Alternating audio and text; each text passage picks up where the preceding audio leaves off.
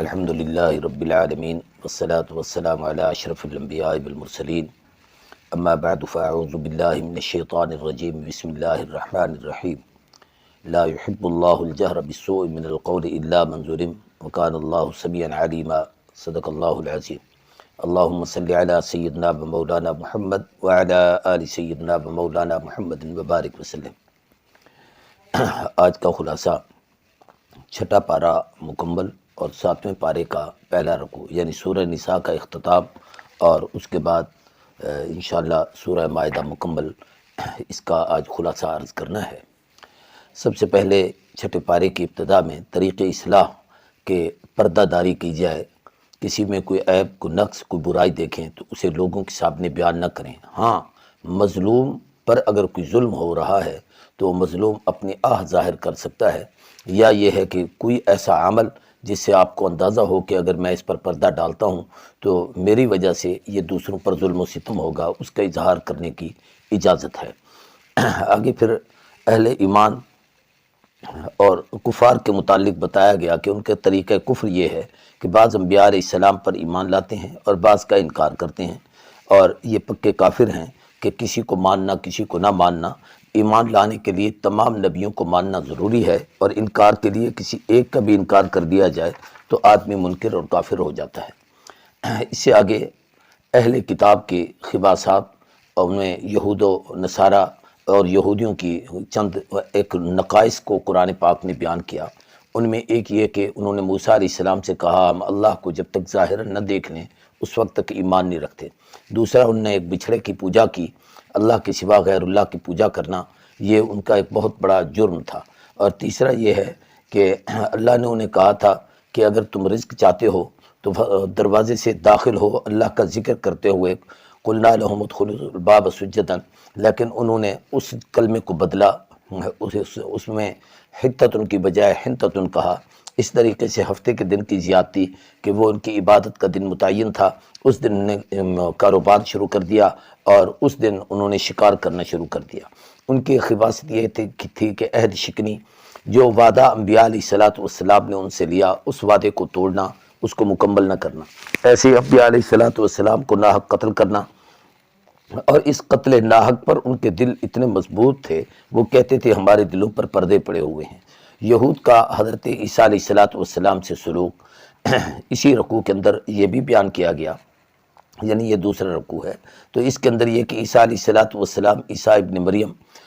وہ یہ کہتے تھے کہ الیاذ باللہ ہم ان کو قتل کر چکے۔ اللہ نے فرمایا وما قتلوہ وما صلبوہ ولکن شبہ لہم، نہ قتل ہوئے نہ انہیں پھانسی چڑھایا گیا، لیکن ان پر اشتباہ ہو گیا۔ اور یہ یاد رکھیے کہ بلکہ اللہ نے انہیں اپنے ہاں اٹھا لیا، وما قتلوہ یقیناً بل رفعہ اللہ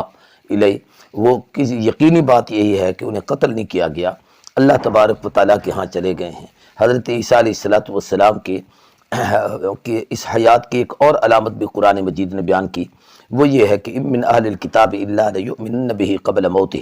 جب تک اہل ایمان ان کی موت سے پہلے ایمان نہ لے آئیں اس وقت تک عیسیٰ علیہ السلام دنیا سے نہیں جائیں گے۔ یعنی ابھی اس تمام اہل کتاب مومن نہیں بنے، یقیناً قرب قیامت میں عیسیٰ علیہ السلام آئیں گے اور پھر لوگوں کو کلمہ حق کہیں گے، لوگ ان پر ایمان لے آئیں گے اور وہ اللہ کے دین کی دعوت دیں گے، حضور کی نبوت میں آئیں گے اور حضور کی نبوت کی اتباع کریں گے۔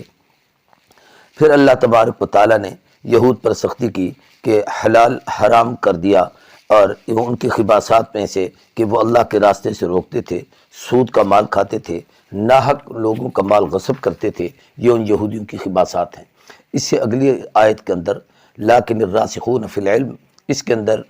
حضرت عبداللہ ابن سلام اور وہ صحابہ اکرام جو پہلے یہودی مذہب پر تھے پھر اسلام لے آئے اور ایمان پر رہے، تو ان کی ان خصوصیات کو بیان کیا گیا کہ یہ پہلے بھی صاحب علم تھے، پھر یہ مومن بنے اور ایمان لائے جو آپ پر اترا اور جو آپ سے پہلے اترا، اور نماز کو قائم کیا اور زکوٰۃ کو ادا کیا،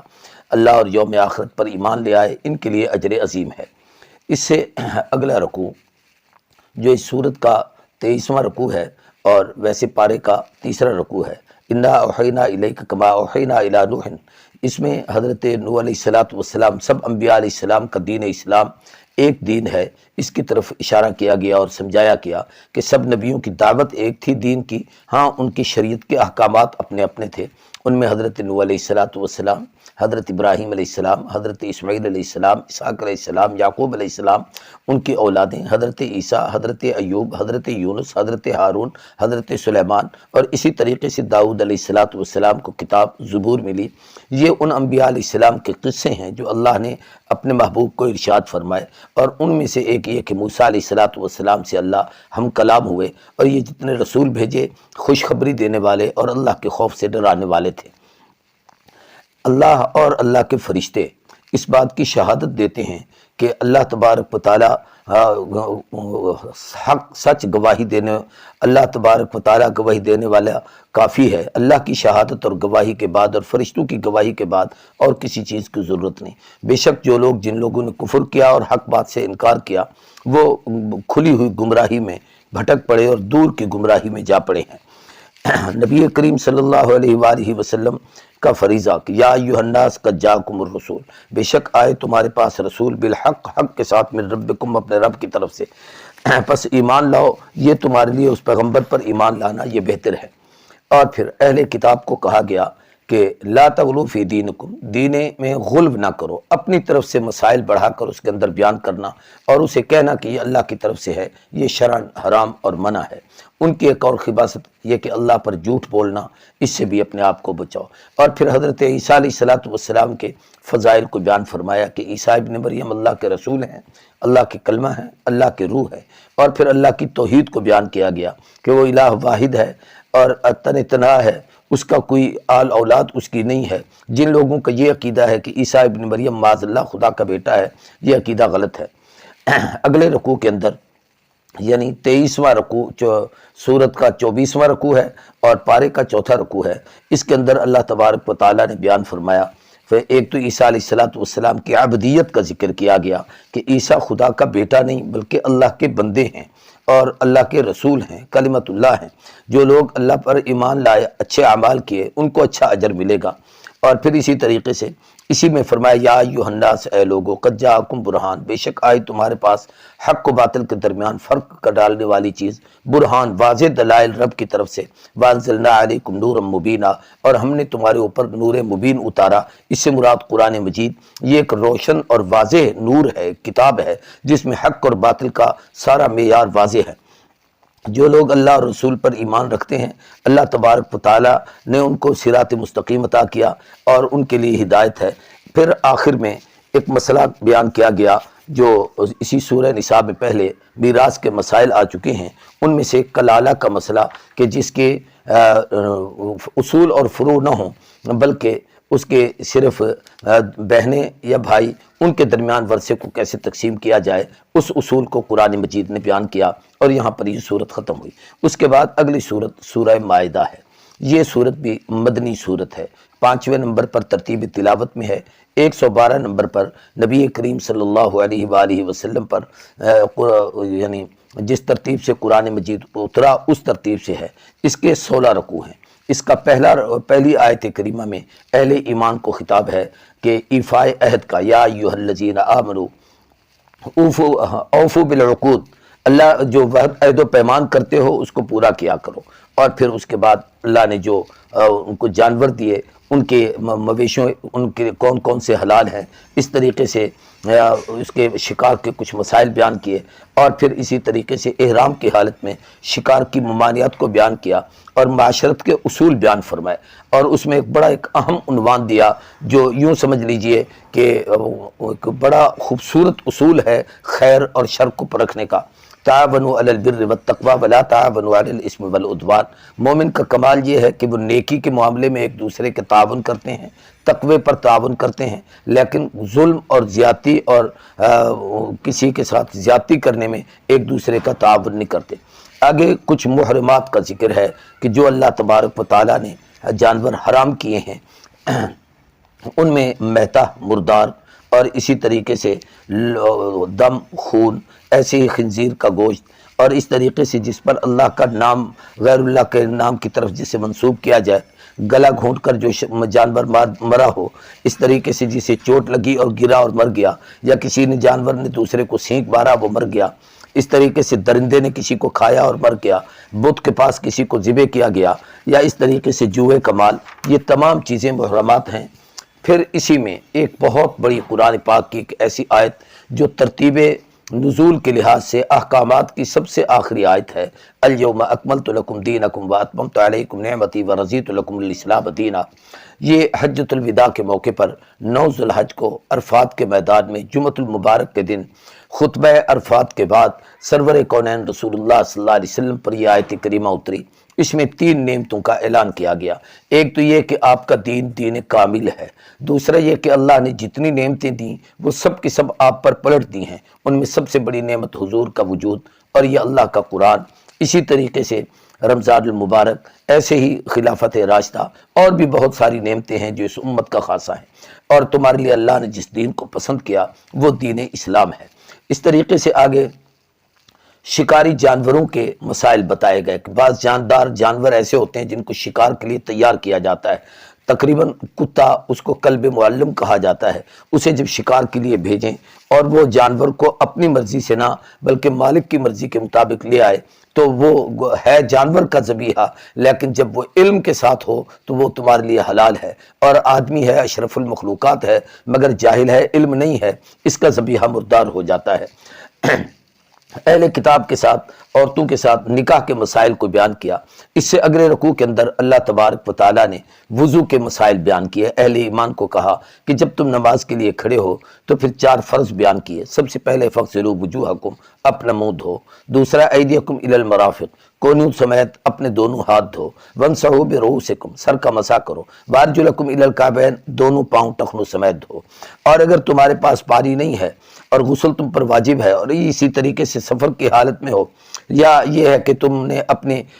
بیویوں کے پاس گئے اور ان کا حق ادا کیا لیکن اب پانی نہیں، تو فرمایا فلم تجدوا ماء فتیمموا صعیدا طیبا، پھر پاک صاف مٹی سے تیمم کرو۔ تیمم کا طریقہ بتایا گیا کہ وامسحوا بوجوہکم، زمین پر ہاتھ مار کے پاک صاف مٹی پر اپنے چہرے پہ ملو، اپنے دونوں ہاتھوں کو ملو۔ یہ اللہ نے احکامات بیان کیے۔ اس سے اگلی آیت میں اللہ نے حکم دیا کہ اللہ کی نعمتوں کو یاد کرو اور اللہ سے کیے ہوئے عہد و پیمان کو، وعدے کو پورا کرو۔ اگلی یا ایھا الذین آمنوا کونوا قوامین للہ شہداء بالقسط، اے اہل ایمان انصاف کے ساتھ گواہی دو اور حق پر قائم رہو۔ اگر اس میں کسی قسم کی گڑبڑ کرو گے تو قیامت کے دن اللہ کے ہاں حساب دینا ہوگا۔ خبردار، تمہیں عدل کا حکم ہے، اعدلوا هو اقرب للتقوی، انصاف تقوی کے سب سے زیادہ قریب ہے۔ جو لوگ ایمان لائے اور اچھے اعمال کیے ان کے لیے مغفرت اور اجر عظیم ہے، اور جن لوگوں نے کفر کیا اور جھوٹ بولا، خدا کی آیات کا انکار کیا، ان کے لیے جہنم ہے۔ اگلے رکوع اسی میں اگلی آیت ہے کہ اے اہل ایمان اللہ کی نعمتوں کو یاد کیا کرو جو اللہ نے تم پر احسانات کیے ہیں۔ اگلے رکوع کے اندر یوں سمجھ لیجئے کہ سورت کا تیسرا رکوع شروع ہو رہا ہے سورہ مائدہ کا۔ اس میں وَإِذَا أَخَذَ اللَّهُ مِيثَاقَ بَنِي إِسرائِيلَ، اللہ نے بنی اسرائیل سے ایک میثاق اور وعدہ لیا اور اللہ نے اس کا ذکر کیا۔ اس کو تذکیر بایام اللہ، اللہ کی نعمتوں کے ذریعے سے، ان وہ گزرے ہوئے واقعات کے ذریعے سے اللہ کی ذات کا پر یقین رکھنا اور اس کو ماننا، اس کا حکم دیا گیا ہے کہ اللہ نے تمہارے لیے 12 سردار مقرر کیے، ان کے لیے پانی کے چشم کا انتظام کیا، پھر اللہ نے تمہیں حکم دیا کہ نمازیں ادا کرو، زکوٰۃ قائم کرو، اللہ کے نبیوں پر ایمان لاؤ، ان نبیوں کی مدد کرو اور اللہ کے راستے میں قرض حسنہ دو، اور جو شخص نے ان نیک کاموں کو کرے گا یقیناً اس کے لیے اجر ہوگا، باغات ہوں گے، اور جو انکار کرے گا وہ برے راستے پہ چلا جائے گا۔ یہ اللہ تبارک و تعالیٰ نے ان کے نتائج کو بیان کیا۔ پھر بنو اسرائیل کی عہد شکنی کو بیان کیا کہ جب ان کو حق بات سمجھائی جاتی ہے تو یحرفون الکلم عن مواضعہ، اللہ کے کلمات کا انکار کرتے ہیں، ان میں تحریف کرتے ہیں، اور پھر بھول جاتے ہیں، وہ اللہ کا ذکر بھی بھول جاتے ہیں، اور اچھے کاموں میں بجائے سچ اور حق کے وہ خیانت کرتے ہیں۔ اسی میں پھر اسی رخ کے اندر اہل کتاب کو یہ حکم دیا گیا کہ اللہ نے تمہیں جو نبی بھیجے ہیں، خصوصاً سرور کائنات رسول اللہ صلی اللہ علیہ وسلم، قد جاءکم من اللہ نور و کتاب مبین یہدی بہ اللہ من اتبع رضوانہ، یہ وہ رسول اللہ کے ہیں، اس لیے ان کی اتباع کیجئے، ان کی تابعداری کیجئے۔ یہ اس سے مراد من اللہ نور سے مراد ایک قرآن مجید بھی ہے اور رحمت کائنات کی ذات بھی ہے اور کتاب مبین کھلی ہوئی کتاب بھی ہے۔ آگے عیسائیوں کے چند غلط عقیدوں کی نشاندہی کی گئی۔ ایک عیسائیوں کا عقیدہ الوہیت عیسیٰ کا ہے کہ قالوا ان اللہ والمسیح ابن مریم، انہوں نے کہا کہ بے شک اللہ عیسیٰ ابن مریم ہی ہے۔ ایک تو ان کا یہ عقیدہ تھا کہ جو عیسیٰ علیہ السلام کو خدا سمجھتے تھے، الوہیت عیسیٰ کا عقیدہ ان کا ایک عقیدہ تھا۔ دوسرا یہ ہے کہ عیسائیوں کا ایک اور یہ عقیدہ تھا، وہ یہ ہے کہ عیسیٰ علیہ السلام کو اللہ کا بیٹا تصور کرتے تھے اور اپنے آپ کو بھی کہتے تھے کہ نحن ابناء اللہ واحباہ، ہم اللہ کے بیٹے اور اس کے پیارے ہیں۔ اللہ تبارک و تعالیٰ نے ان کے بد عقیدوں کی تردید کی اور نبی کریم صلی اللہ علیہ وسلم کی بعثت کا اعلان فرمایا کہ یا اہل الکتاب قد جاءکم رسولنا، ہمارے رسول آپ کی طرف آئے، یعنی ہم نے اپنے محبوب نبی محمد کریم صلی اللہ علیہ وسلم کو بھیجا جو بشیر بھی ہیں نذیر بھی ہیں۔ اللہ ہر چیز پر قادر ہے۔ اس سے اگلے رکوع میں جو یوں سمجھ لیجئے کہ سورت کا چوتھا رکوع ہے، اس کے خلاصے میں بنی اسرائیل پر اللہ تبارک و تعالیٰ نے احسانات کا ذکر کیا۔ 3 نعمتیں خاص طور پر دی۔ ایک تو یہ کہ ان میں نبی بھیجے، یعنی بہت بڑی تعداد میں، بعض علماء نے 40,000، بعض نے 70,000 انبیاء لکھے ہیں۔ اور دوسرا اللہ نے ان کے اندر نبیوں میں بادشاہت بھی عطا فرمائی، جیسے حضرت سلیمان علیہ السلام، داؤد علیہ السلام نبی بھی تھے، بادشاہ بھی تھے۔ اور تیسرا یہ کہ اللہ نے بیت المقدس جیسی مقدس زمین ان کے حصے میں لکھی، اور پھر وہاں پر ایک قوم رہتی تھی، حکم تھا کہ ان کے ساتھ لڑو، ان کو وہاں سے نکالو، بیت المقدس تمہاری عبادت کی جگہ ہے۔ لیکن انہوں نے موسیٰ علیہ السلام کو کہا کہ یا موسیٰ انا فیہا قوم جبارین، اس میں زبردست سخت قوم ہے، ہم ان کا مقابلہ نہیں کر سکتے، اگر لڑنا ہے تو آپ جائیں، آپ کا خدا جا کر لڑے، ہم یہاں پر بیٹھے ہوئے ہیں۔ تو یہ موسیٰ علیہ السلام نے ان کے لیے پھر بد دعا کی۔ اس سے اگلے رکوع میں اللہ تبارک و تعالیٰ نے حضرت آدم علیہ السلام کی ایک قربانی کا ذکر کیا ہے، جس کا خلاصہ یہ ہے کہ آدم علیہ السلام کی اولاد میں اللہ نے ان کو جتنی اولاد عطا کی، ان میں اس وقت چونکہ نسل انسانی کو بڑھنا تھا تو اس کا اصول یہ تھا کہ جب اولاد ہوتی تھی جوڑا ہوتا تھا، بیٹا اور بیٹی، اس بیٹے کا نکاح اگلی ہونے والی بچی کے ساتھ اور اس بچے کا نکاح اس بچی کے ساتھ اس ترتیب سے ہوتا تھا۔ تو یہاں یہ ہوا کہ قابیل اور حابیل یہ دونوں بھائی تھے، شریعت کا وہی اصول تھا، یہ آپس میں یوں بھائی ہیں لیکن ان کی بہنیں ان کے ساتھ اور تھیں۔ تو حابیل کا نکاح ہونا تھا قابیل کی بہن کے ساتھ اور قابیل کا ہونا تھا حابیل کی بہن کے ساتھ۔ قابیل نے کہا نہیں، میری بہن بہت خوبصورت حسین ہے، میں اسی سے نکاح کروں گا۔ اس پر اس نے زیادتی کی اور پھر اپنے بھائی کو اس نے قتل کیا۔ پھر اللہ تبارک و تعالیٰ نے اس کے اس واقعے کو بیان کیا ہے، اور پھر یہ کہ بھئی قربانی کرو اور قربانی کو جا کر پہاڑ پہ رکھو، آگ آئے اسے جلا جائے تو سمجھ لو کہ تمہاری قربانی قبول ہو گئی۔ اور پھر اس کے بعد وہ بڑا پریشان ہوا، بھائی کو قتل کرنے کے بعد اٹھا کے لے پھر رہا تھا، چنانچہ اللہ نے ایک کوا بھیجا، اس نے زمین کو کریدا، اس نے ایک مردہ کوے کو اس میں دفن کیا، تو وہاں سے انسانیت کے تدفین کا سلسلہ شروع ہوا۔ اس سے پہلے کوئی زمین پر اور آدمی مرا نہیں تھا اور اس کے دفن کا کوئی ایسا طریقہ بھی نہیں تھا۔ اسی رکوع کے اندر اللہ تبارک و تعالیٰ نے بنو اسرائیل کو یہ نصیحت اور وصیت کی کہ انبیاء علیہ السلام کے قتل سے ان کو منع کیا اور انہیں حکم دیا کہ اپنی زندگی اللہ کے حکموں کے مطابق گزاریں۔ فسادیوں کو اللہ تبارک و تعالیٰ نے چند سزائیں دیں، ان کا ذکر کیا۔ ایک تو یہ ہے کہ انہیں قتل کیا جائے، دوسرا یہ ہے کہ جو اللہ کے احکامات کا انکار کرتا ہے اسے سولی چڑھا دیا جائے، تیسرا یہ ہے کہ ان کے ہاتھ پاؤں الٹے کاٹے جائیں، دایاں ہاتھ بایاں پاؤں، بایاں ہاتھ دایاں پاؤں، اس طریقے سے۔ چوتھا یہ کہ ان کو جلا وطن کیا جائے جب تک کہ یہ سچے دل سے توبہ نہ کریں۔ اگلے رکوع میں جو پارے کا چھٹا رکوع ہے، اس میں یا ایھا الذین آمنوا اتقوا اللہ وابتغوا الیہ الوسیلہ وجاہدوا فی سبیلہ لعلکم تفلحون، اے اہل ایمان اللہ سے ڈرو اور اللہ کی طرف وسیلہ تلاش کرو، اس کا قرب تلاش کرو اور جہاد کرو اللہ کے راستے میں۔ ایک ہی آیت میں 3 حکم ہیں، تقوی کا، وسیلے کا اور جہاد فی سبیل اللہ کا۔ تقوی اللہ کا ڈر، اس کا خوف، یعنی اللہ کا حق اللہ کو دو، بندوں کا حق بندوں کو۔ وسیلے سے مراد علماء نے تو 3 چیزیں لکھی ہیں۔ ایک تو یہ ہے کہ اللہ سے مانگو اللہ کی ذات کا واسطہ دے کر، جو اس کی صفات طیبہ ہیں، یعنی اللہ رحمان ہے، رحیم ہے، کریم ہے، جبار ہے، ستار ہے، غفار ہے، وہاب ہے، ان کو ان کی ذات کا واسطہ دے کر۔ دوسرا علماء نے لکھا ہے کہ اعمال صالحہ کا واسطہ دے کر، کہ جب کو جس عمل پر یقین ہو کہ یہ عمل اللہ کے ہاں مقرب ہے۔ اور تیسرا علماء نے لکھا ہے کہ مقربین عباد اللہ صالحین، جن کے اعمال رب کے ہاں مقرب ہیں، وہ شخصیات بڑی مقرب ہوتی ہیں، تو اس توسل سے بھی مانگا جا سکتا ہے۔ اور اللہ کے راستے میں جہاد کا حکم ہے کہ تاکہ تم لوگ کامیاب و کامران ہو جاؤ۔ اسی رکوع کے اندر چور کی سزا کو ذکر کیا، والسارق والسارقۃ فاقطعوا ایدیہما، مرد یا عورت جو چوری کرے ان کے ہاتھ کاٹ دیے جائیں، اس کے ہاتھ کاٹنے کا حکم ہے۔ قبیلہ بنو مخزوم کی ایک عورت نے چوری کی تو حضور نے حکمن فرمایا اس کا ہاتھ کاٹو، سفارش کی گئی کہ حضرت اس کو معاف کر دیا جائے۔ نبی کریم صلی اللہ علیہ وسلم نے فرمایا لو سرقت فاطمہ بنت محمد لقطعت یدہا، یہ تو بنو مخزوم کی ہے، اگر مجھ محمد کی بیٹی بھی ایسا کرتی تو میں اس کو بھی یہی سزا دیتا۔ اور پھر آگے حکم دیا گیا کہ جو توبہ کرے اللہ اس کی توبہ کو قبول فرما لیں گے۔ اگر اسی رکوع میں اللہ کے رسول صلی اللہ علیہ وآلہ وسلم کو حکم دیا گیا کہ یہ جو آپ کے ساتھ زیادتیاں کرتے ہیں، جھوٹ بولتے ہیں، حرام کھاتے ہیں، کلمات میں تعریف کرتے ہیں، ان باتوں کی وجہ سے آپ کو پریشان ہونے کی ضرورت نہیں ہے۔ اللہ نے ان کا آخر میں نتیجہ بیان کیا کہ یہ سیدھے جہنم میں جائیں گے۔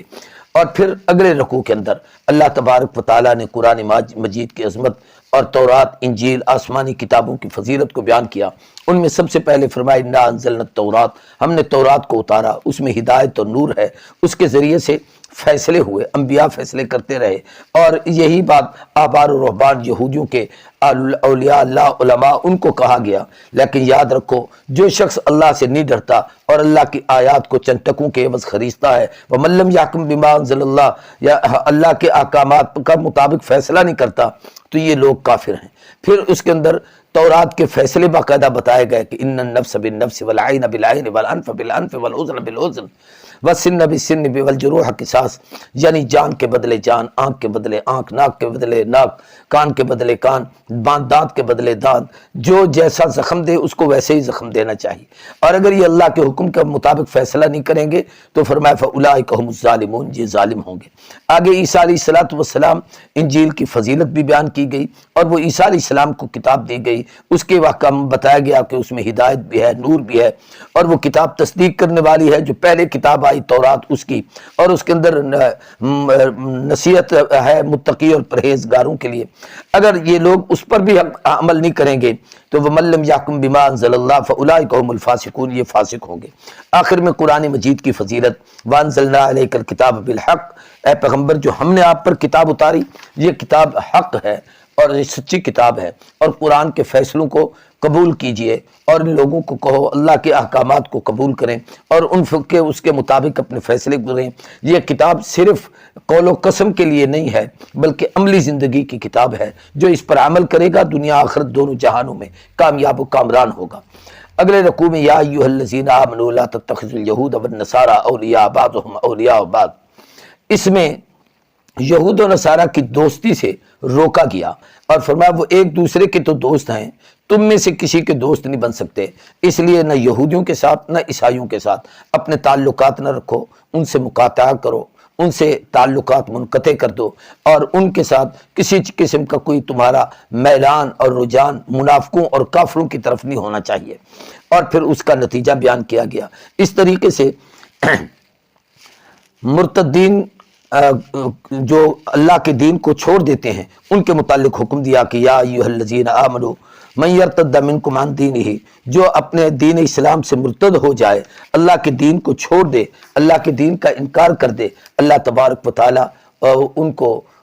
ذلت اور رسوائی عطا کریں گے۔ اور پھر یہ یاد رکھو کہ اہل ایمان مسلمانوں میں ایک دوسرے کے لیے نرم دل ہیں، کافروں پر وہ زبردست ہیں، اللہ کے راستے میں جہاد کرتے ہیں، کسی کی ملامت کا خوف نہیں کرتے۔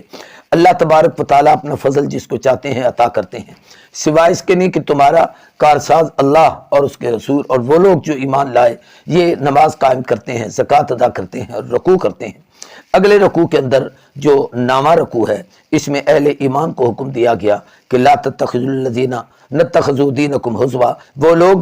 جو لوگ آپ کے دین کا مذاق اڑاتے ہیں، ہنسی اور کھیل بناتے ہیں، ان لوگوں کے ساتھ بھی آپ اپنے تعلقات اور دوستی نہ رکھیں جو آپ کے دین کا مذاق اڑاتے ہیں۔ اب بھی بہت سارے ایسے لوگ ہیں جو ہماری شریعت کے احکامات کا یعنی حدود کا، قصاص کا، دین کے نظام کا، احکامات کا، فرائض کا مذاق اڑاتے ہیں اور ہماری ان لوگوں کے ساتھ دوستی ہوتی ہے، ان کے ساتھ تعلقات ہوتے ہیں۔ اللہ تبارک و تعالیٰ نے ہمیں ایسے لوگوں سے منع کیا ہے۔ بے شک وہ عبادت کریں، نمازیں پڑھیں، لیکن جو دین اسلام کا مذاق کرتا ہے وہ مومن نہیں رہتا۔ اللہ کی اس پر لعنت ہے، خدا کا اس پر غضب ہے، وہ ذلیل و رسوا ہوگا۔ اللہ تبارک و تعالیٰ نے ان کا ذکر کیا، علماء کا فریضہ بیان کیا کہ ان کی ذمہ داری یہ ہے کہ وہ حق کہیں، برے کاموں سے روکیں۔ یہود و نصارہ کی گستاخیاں بیان کی گئیں، اور ان میں سے ایک یہ کہ وہ یہ کہتے ہیں کہ معاذ اللہ، اللہ تبارک و تعالیٰ بخیل ہے، اس کے پاس کچھ نہیں، اللہ ہم سے مانگتا ہے، ہمیں کہتا ہے کہ اللہ کے راستے میں دو۔ اور پھر آگے ارشاد فرمایا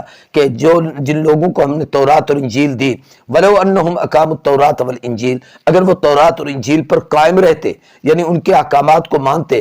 اور وَمَا أُنزِلَ إِلَيْهِم مِّن رَّبِّهِمْ، جو کچھ اللہ نے ان کی طرف اتارا اس کو قبول کرتے، تو لَأَكَلُوا مِن فَوْقِهِمْ وَمِن تَحْتِ أَرْجُلِهِمْ، اللہ ان پر رزق کے دروازے اتنے کھول دیتے کہ اوپر سے بھی آسمان بھی ان کے لیے رزق یوں اگل ڈالتا، اور زمین بھی ان کے لیے رزق نیچے سے پاؤں سے یعنی زمین سے بھی ان کے لیے رزق نکلتا۔ یہ یہود و نصارہ کے لیے ہے، ہم تو رسول اللہ صلی اللہ علیہ وسلم کی امت ہیں۔ چنانچہ جن ممالک میں اسلامی احکامات اور اسلامی تعزیرات اور اسلامی شاعر کی پابندی ہے اور ان پر عمل کیا جاتا ہے، اگرچہ 100% نہیں، جتنا ہوتا ہے، مثال کے طور پر آپ سعودی عرب کو دیکھ لیں، اللہ نے کتنا دیا ہوا ہے۔ آج افغانستان کو دیکھ لیں، اسلام پر عمل کرنے کی وجہ سے اللہ نے ان کے لیے رزق کے خزانے کتنے اتارے ہیں۔ اگلے رکوع میں جو 10واں رکوع ہے، یا ایھا الرسول بلغ ما انزل الیک من ربک، اے محبوب جو اللہ کے رسول پہنچائیے جو آپ کی طرف رب کی طرف سے اتارا گیا۔ اگر آپ اللہ کا پیغام نہیں پہنچاتے تو پھر آپ فریضہ پیغمبری گویا ادا نہیں کر رہے۔ یہاں سمجھانا مقصود یہ نہیں ہے کہ معاذ اللہ پیغمبر فریضہ پیغمبری ادا نہیں کر رہے، وہ تو کرتے ہی ہیں۔ جب پیغمبر کے لیے یہ حکم ہے تو ہمیں بطریق اولا یہ حکم ہے کہ ہم دین اسلام کی تبلیغ کریں، اور جو آدمی اس میں کوئی کوتاہی اور کمزوری کرے گا اللہ تبارک و تعالیٰ اسے ذلیل و رسوا کریں گے۔ آگے پھر بنو اسرائیل سے میثاق اور ان سے عہد لیا گیا، اللہ نے اس کا ذکر کیا۔ اور پھر اس طریقے سے عیسائیوں کا ایک مشرکانہ اور عقیدہ یہاں پر بیان کیا گیا کہ لقد کفر الذین قالوا ان اللہ هو المسیح ابن مریم، وہ لوگ یہ کہتے ہیں کہ عیسیٰ ابن مریم، بے شک اللہ وہ عیسیٰ ابن مریم ہی ہیں۔ وقال المسیح، اور حضرت عیسیٰ علیہ السلام نے کہا کہ اے بنو اسرائیل، میں اعبد اللہ، اللہ کی عبادت کرو جو میرا اور تمہارا تم سب کا رب ہے، میں اللہ کے ساتھ کسی کو شریک نہیں ٹھہراتا۔ جو اللہ کے ساتھ کسی کو شریک ٹھہراتا ہے اللہ اس پر جہنم کی آگ، اس کے پر جنت کو حرام کر دیتے ہیں، جہنم اس کا حصہ بنتا ہے۔ آگے اس فریق کا ذکر ہے جو تثلیث کے عقیدے کے قائل تھا کہ الیاذ باللہ عیسیٰ علیہ السلام ان اللہ ثالث ثلاثہ، اللہ تین میں سے تیسرے ہیں، یعنی ایک عیسیٰ، ایک مریم اور ایک اللہ، ان تین کو مجموعے کو وہ خدا سمجھتے تھے۔ ان میں سے یہ ہے کہ حضرت عیسیٰ اور حضرت مریم الیاذ باللہ، عیسیٰ خدا کا بیٹا، مریم کو الیاذ باللہ خدا کی بیوی، اور اللہ تبارک و تعالی وہ ان کے حاکم اور مالک۔ یہ عقیدہ یہ بھی کفریہ ہے، بلکہ حضرت سیدنا مسیح کی فضیلت اور سیدہ مریم کی عظمت کو بیان کیا گیا کہ فرمایا یہ سیدہ مریم صدیقہ تھیں، نیک دل تھیں، اور پھر یہ اللہ کا رزق کھاتے تھے، پیتے تھے، اللہ کی عبادت کرتے تھے، نفع نقصان کا مالک اللہ کو سمجھتے تھے۔ اہل کتاب کو حکم دیا گیا کہ دین اسلام میں اپنی طرف سے غلو نہ کرو، ان کی چیزیں بڑھاؤ نہ، جتنی شریعت کے احکامات تمہیں ملے ہیں اسی پر عمل کرو۔ آخر میں اس رکوع کے اندر بنی اسرائیل پر اللہ تبارک و تعالیٰ نے لعنت کی ہے ان لوگوں پر، اور یہ لعنت حضرت داؤد کی زبان سے، عیسیٰ ابن مریم کی زبان سے، کہ ان لوگوں نے اللہ کے احکامات کا مذاق کیا، انکار کیا، اس وجہ سے ان پر یہ اللہ کی طرف سے عذاب آیا۔ یہود و نصارہ میں پھر ایک موازنہ پیش کیا گیا کہ یہودی مسلمانوں کے حوالے سے انتہائی متشدد، سخت مزاج اور تلخ طبیعت ہیں، اور وہ کبھی مسلمانوں کے خیر خواہ نہیں ہو سکتے، ان کے ساتھ تعاون نہیں کر سکتے۔ ہاں ان میں نصارہ کے اندر قدر نرمی ہے، اور ان کا مزاج ہے کہ اگر ان کے سامنے کوئی ایسی بات آ جائے تو بعض دفعہ یوں بھی ہے کہ وَإِذَا سَمِعُوا مَا أُنزِلَ إِلَى الرَّسُولِ تَرَىٰ أَعْيُنَهُمْ، ان کی آنکھوں سے تفیض من الدم، آنسو بہ پڑتے ہیں، حق کو وہ پہچانتے ہیں اور دعا کرتے ہیں ربنا آمنا فاکتبنا مع الشاہدین، یہ عیسائیوں میں سے تو ہے لیکن یہودی اس معاملے میں بہت سخت ہیں۔ اس طریقے سے اس سے اگلے رکوع میں جو سورت کا 12واں رکوع ہے، یا ایھا الذین آمنوا، اے اہل ایمان، لا تحرموا الطیبات، اللہ کی پاکیزہ چیزوں کو حرام نہ کرو جو اللہ نے تمہارے اوپر حلال کی ہیں، ان میں زیادتی نہ کرو، اور اسی طریقے سے کھانے پینے میں حلال و طیب، ان کو صاف ستھری اور پاکیزہ چیزوں کو استعمال کرو۔ اور پھر اس کے بعد قسم کے مسائل کو بیان کیا کہ لغو قسم پر ایک تو یہ ہے کہ اللہ تم پر اس کا مواخذہ نہیں کریں گے، لیکن لغو اس کو کہا جاتا ہے جو عادتاً آدمی کی عادت ہو بار بار قسم کا جملہ استعمال کرنا۔ اور پھر اگلی دوسرا قسم یہ ہے کہ گزرے ہوئے واقعے پر باوجود اس کے کہ جانتے ہو میں نے غلط کیا ہے اور اس پر جھوٹ بول کر قسم اٹھاتا ہے، تو اس کا پھر کفارہ بیان کیا گیا کہ 10 مسکینوں کو کھانا کھلائے، یا یہ ہے کہ ان کو کپڑے پہنائے، یا یہ ہے کہ غلام آزاد کرے۔ اور اگر ان تینوں میں سے کچھ نہیں ہو سکتا تو پھر آخر میں ہے کہ فَمَن لَّمْ يَجِدْ فَصِيَامُ ثَلَاثَةَ أَيَّامٍ، پھر 3 دن کے روزے رکھے۔ اور پھر اگلی آیت میں محرمات کا ذکر ہے کہ یا اے اہل ایمان انما الخمر، بے شک شراب، میسر، جوا، انصاب، بت، الزام،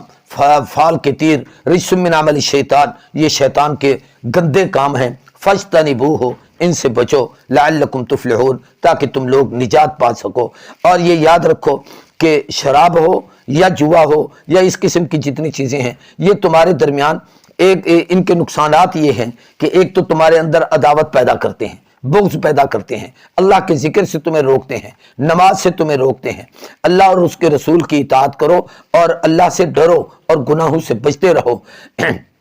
اگلے رکوع کے اندر اللہ تبارک و تعالیٰ نے اہل ایمان کو حکم دیا کہ اے اہل ایمان، اللہ تبارک و تعالیٰ تمہیں آزماتے ہیں۔ حدود حرم کے اندر شکار کرنے کو منع کیا گیا، اور پھر اس طریقے سے اس کے مسائل کو بھی بیان کیا گیا۔ اور قربانی کو اگر کسی کے ذمہ ہے تو اسے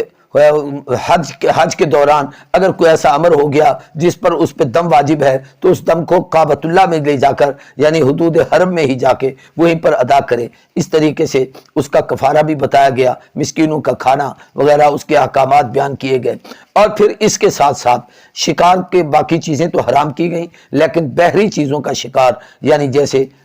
کیا کہتے ہیں مچھلی وغیرہ کھانا، اس کی اجازت دی گئی۔ اور پھر اس طریقے سے کعبۃ اللہ کی عظمت کو بیان کیا گیا۔ اللہ تبارک و تعالیٰ نے یہ احکامات اور مسائل بیان کیے، اور اسی میں کعبۃ اللہ کی عظمت اور فضیلت کو بھی بیان کیا گیا۔ اور پیغمبر کا فریضہ بھی کہ ما علی الرسول الا البلاغ، اللہ کے نبی کی ذمہ داری ایک ہی ہے کہ وہ اللہ کے احکامات لوگوں تک پہنچاتے ہیں، ان کا اور سوائے اس کے کوئی کام نہیں۔ اگلے رکوع کے اندر جو 14واں رکوع ہے سورت کا، اس میں کثرت سوال سے منع کیا گیا ہے کہ پیغمبر کی محفل میں بیٹھ کر بار بار سوال کرنا۔ اس لیے ایک حدیث میں ہے کہ کورہ لکم قیل وقال وکثرت السوال واضاعۃ المال، اللہ نے 3 چیزیں تم پر ناپسند کی ہیں، قیل و قال کو، کثرت سوال کو، مال کے ضائع ہونے کو، ان چیزوں سے منع کیا گیا۔ پھر ان کے کفار کی ایک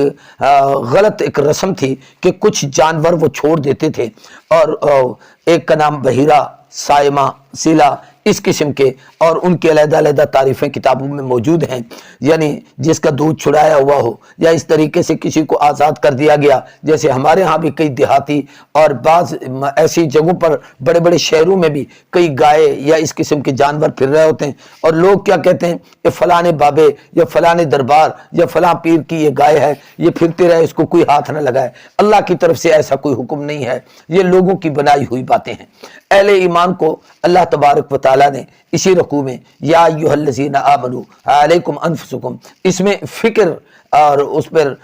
لازم قرار دیا گیا کہ اللہ کے احکامات پر غور و خوض کرو۔ اور پھر اسی طریقے سے شہادت اور گواہی کو چھپاؤ نہ، حتیٰ کہ خاص طور پر جب تمہارا آخری وقت ہو تو اس وقت تم وصیت کرو، اور اس وصیت کے لیے بہتر یہ ہے کہ کسی کو گواہ بھی بنا لو، اگر مسلمان نہیں تو کافر آدمی کو بھی اس کے اندر گواہ بنایا جا سکتا ہے۔ اور اس کے 15ویں رکوع کے اندر اللہ تبارک و تعالیٰ نے انبیاء علیہ الصلوۃ والسلام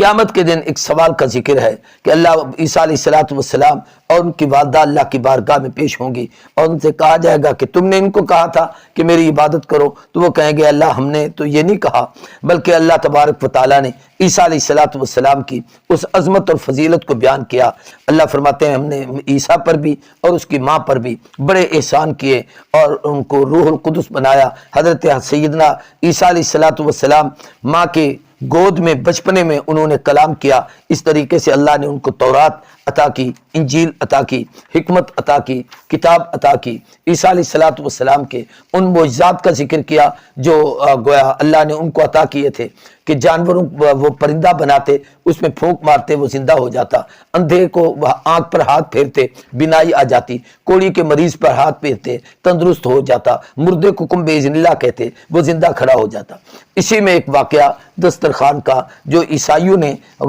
حضرت عیسیٰ علیہ السلام سے مطالبہ کیا تھا، اللہ نے سے دعا مانگی تھی، اللہ تبارک و تعالیٰ نے ان کے رزق کے دروازے حضرت عیسیٰ علیہ السلام